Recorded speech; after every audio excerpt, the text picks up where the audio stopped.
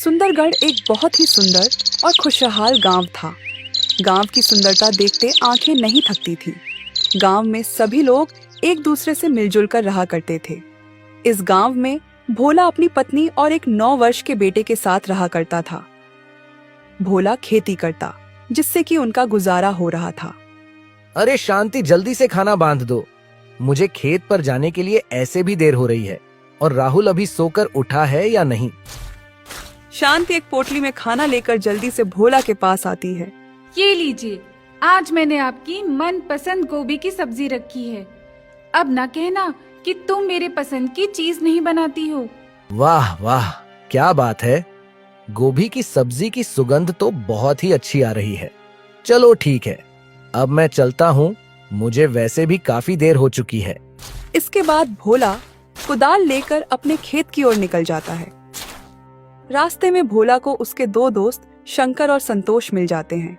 अरे भोला भाई, आज खेत पर जाने के लिए काफी देर हो गई। क्या बात है, आज भाभी ने खाना देर से बनाया था क्या? हाँ भाई, तुम बिल्कुल सही समझे। लेकिन तुम दोनों यहाँ पर खड़े होकर क्या चर्चा कर रहे हो? तुम्हें आज काम पर नहीं जाना है क्या? नहीं नहीं, ऐसी कोई बात नहीं है।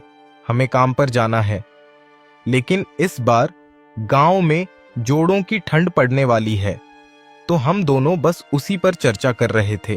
ठंड तो हर साल गिरती है, तो इस बार इतना चिंता करने वाली कौन सी बात है? कहीं तुम दोनों इस बात के लिए चिंता तो नहीं कर रहे हो कि तुम्हें ठंड में नहाना पड़ेगा? यह बोलकर भोला जोर जोर से हंसने लग जाता है। अरे नहीं भोला भाई, इस बार हमें ऐसा सुनने में आया है कि इस बार गांव में खून जमा देने वाली ठंड गिरेगी। तुम्हें तो पता ही होगा, पिछले वर्ष ठंड के कारण गांव से 6 लोगों की मृत्यु हो गई थी, और इस बार तो पिछली बार से भी ज्यादा ठंड गिरने वाली है, तो पता नहीं क्या होगा। हाँ, और हमारे पास इतने पैसे भी नहीं है कि हम मोटे मोटे कंबल और रजाई खरीद सके। मुझे तो बस अपने परिवार की चिंता है। पिछली सर्दी हमने बहुत ही मुश्किल से बिताया था। पता नहीं इस बार क्या होगा। मुझे तो अभी से ही बहुत डर लग रहा है। अच्छा, तो ऐसी बात है, अभी तो इस समस्या का समाधान मुझे भी नहीं पता है, लेकिन हम इसके बारे में सोचेंगे। अभी मैं खेत पर चलता हूँ, मुझे बहुत ही काम है और मुझे पहले से ही काफी देर हो चुकी है। इतना बोलकर भोला खेत की ओर निकल जाता है। भोला खेतों में काम कर रहा था, तभी उसे ठंड से बचने और बहुत सारा पैसा कमाने की एक तरकीब दिखाई देती है। इस बार बहुत ज्यादा ठंड गिरने वाली है। सारे गांव का हाल बेहाल हो जाएगा। क्यों ना मैं जंगल से लकड़ियां काटकर जमा कर लूं, और जब कड़ाके की सर्दी गिरेगी तो मैं उन्हें अच्छी कीमतों पर बेचूंगा। और अगर मेरा यह उपाय सफल हुआ तो मेरे पास बहुत सारा धन इकट्ठा हो जाएगा, और फिर शायद मेरी गरीबी के दिन भी खत्म हो जाए। फिर भोला कुदाल लेकर घर की ओर निकल जाता है। कुछ देर बाद भोला घर पहुंच जाता है। अजी, क्या बात है, आज आप खेत से बहुत जल्दी लौट आए। कोई समस्या है क्या, या फिर आपकी तबीयत ठीक नहीं है? अरे नहीं भाग्यवान, मैं जब खेत पर जा रहा था तब शंकर और संतोष से मेरी मुलाकात हुई। उन्होंने बताया कि इस बार गांव में कड़ाके की ठंड गिरेगी, इसीलिए मेरे मन में एक योजना आई है कि मैं जंगल से सूखी लकड़ियां काटकर इकट्ठा कर लूं, और जब खून जमा देने वाली ठंड गिरे तब मैं उन्हें बेचकर बहुत सारा पैसा कमाऊं। हाँ, आपकी बात तो बिल्कुल सही है। हम ये कर तो सकते हैं। मानना पड़ेगा भोला जी, आपका दिमाग तो मेरी जुबान से भी तेज चलता है। हाँ हाँ ठीक है, अब मैं जंगल से लकड़ियां काटने के लिए जा रहा हूँ, और तुम यह बात किसी को भी मत बताना, नहीं तो हमारे सारे किए कराए पर पानी फिर जाएगा। नहीं नहीं जी, मैं ये बात किसी को नहीं बताऊंगी। मैं इस बात को खाने की तरह ही पचा लूंगी। दोनों हंसने लग जाते हैं, और फिर भोला कुल्हाड़ी लेकर जंगल की ओर लकड़ियां काटने के लिए निकल जाता है। कुछ दूर चलने के बाद उसे कुछ सूखे पेड़ दिखाई देते हैं। वह क्या बात है, यहाँ तो बहुत सारे सूखे पेड़ हैं। मैं अब लकड़ियां काटना शुरू करता हूँ। अनीता बहन, क्या तुम जानती हो, इस बार जंगल में कड़ाके की ठंड गिरने वाली है। मुझे तो बहुत ही चिंता हो रही है। मैं सब जानती हूँ। तुम्हें किस चीज की चिंता हो रही है? तुम ऐसे भी 2 से 3 दिन में एक बार नहाती हो, और जब ठंड आती है तो तुम 15 से 20 दिन में एक बार नहाती हो। हाँ हाँ, जैसे कि तुम हर दिन नहाती हो, बड़े बुजुर्ग कह गए हैं कि दूसरों को बुरा कहने से पहले खुद के गिरेबान में झांक लेना चाहिए। भले ही मैं 15 से 20 दिन में एक बार नहाती हूँ, लेकिन मैं तुमसे सुंदर ही दिखती हूँ। और अगर यकीन न हो तो सारे गांव वाले से पूछ लेना, आई बड़ा मुझे ज्ञान देने वाली। हाँ, ये बात तो सही है। बस एक ही समस्या है कि तुम्हारे शरीर से बदबू बहुत आती है, इसलिए सुंदर दिखने के साथ साथ कभी कभी नहा भी लेना चाहिए। हाँ ठीक है, मैं जानती हूँ और यह भी जानती हूँ कि लोगों की तरह तुम भी मेरी खूबसूरती से जलती हो। ठीक है, तुम दोनों ही सुंदर हो और हर रोज नहाती हो। अब लड़ाई करना बंद करो और यह सोचो कि इस बार ठंड से कैसे बचा जाए, नहीं तो हम सबकी कुल्फी जम जाएगी। बचने का तो बस एक ही उपाय है, कंबल के अंदर रहो और पानी से दूर रहो।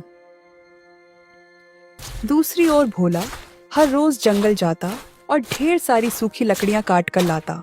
एक दिन सुबह जब कुल्हाड़ी लेकर भोला लकड़ी काटने के लिए जा रहा था, तभी उसे शंकर और संतोष रोक लेते हैं। अरे भोला भाई, तुम ढेर सारी सूखी लकड़ियां हर रोज काटकर क्यों ला रहे हो? अरे भाई, तुम तो जानते ही हो कि मेरी पत्नी को खाना बनाने का कितना शौक है। वह हर रोज तरह तरह के पकवान बनाती है, जिसके कारण काफी सारी लकड़ियां चूल्हा जलाने के लिए लग जाती हैं। इसीलिए मुझे हर रोज लकड़ियां काटने के लिए जंगल जाना पड़ता है। लेकिन भोला भाई, हमें तो यह पहली बार पता लगा कि तुम्हारी पत्नी खाना बनाने की शौकीन है। हमने पहले ऐसा कभी नहीं सुना है। फिलहाल छोड़ो, तुम कह रहे होंगे तो सही ही होगा। शंकर और संतोष को भोला की बात सुनकर कुछ अजीब लग रहा था, लेकिन उन्होंने इन बातों पर ज्यादा ध्यान नहीं दिया। ठीक है भाई, अब मैं चलता हूँ। कुछ दिन इसी तरह बीत गए। भोला जंगल जाता और सूखी लकड़ियां काट कर लाता। अब उसके पास बहुत सारी लकड़ियों का भंडार हो गया था। कुछ ही दिन बाद गांव में ठंड गिरना भी शुरू हो गई थी। भोला अपने घर के बाहर एक बोर्ड लगा देता है, जिसमें 1 किलो लकड़ी की कीमत 5 रुपए लिखी थी। जब सभी गांव वाले वह बोर्ड देखते हैं तो उन्हें भोला की सारी चतुराई का पता चल जाता है कि वह क्यों हर रोज सूखी लकड़ियां काटने जंगल जाता था। भाई, क्या तुमने भोला के घर के बाहर वह बोर्ड देखा जिसमें 1 किलो लकड़ी की कीमत 5 रुपए लिखी थी? भोला ने बहुत ही चतुराई दिखाई है। वह जंगल से फ्री में लकड़ियां काटकर हमें 5 रुपए किलो बेच रहा है। हाँ भाई, तुमने बिल्कुल सही कहा।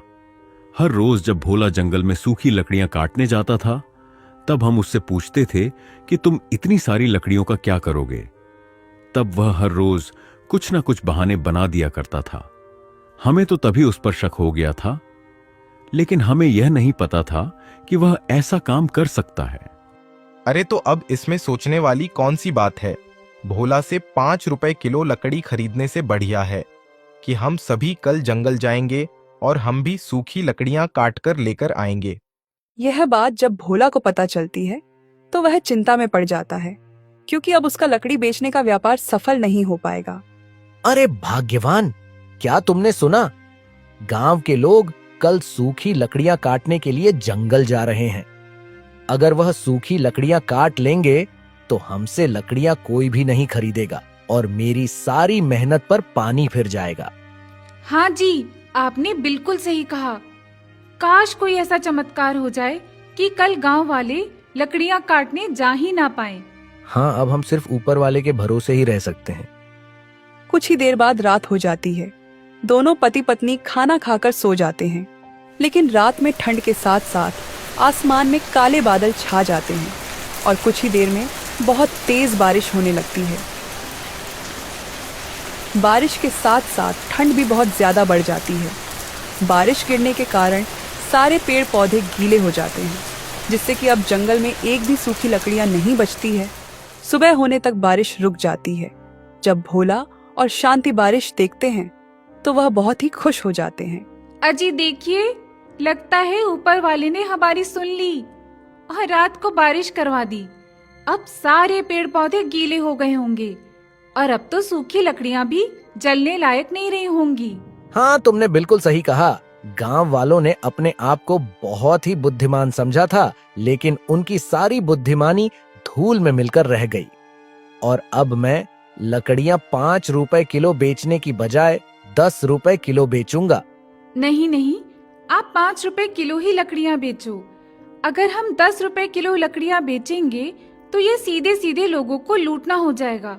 ऊपर वाले ने आपकी मेहनत को बचाने के लिए बारिश करवा दी और अब आप इसका गलत फायदा ना उठाएं। मेरी आपसे विनती है कि आप लकड़ियों का दाम 5 रुपए किलो ही रखें।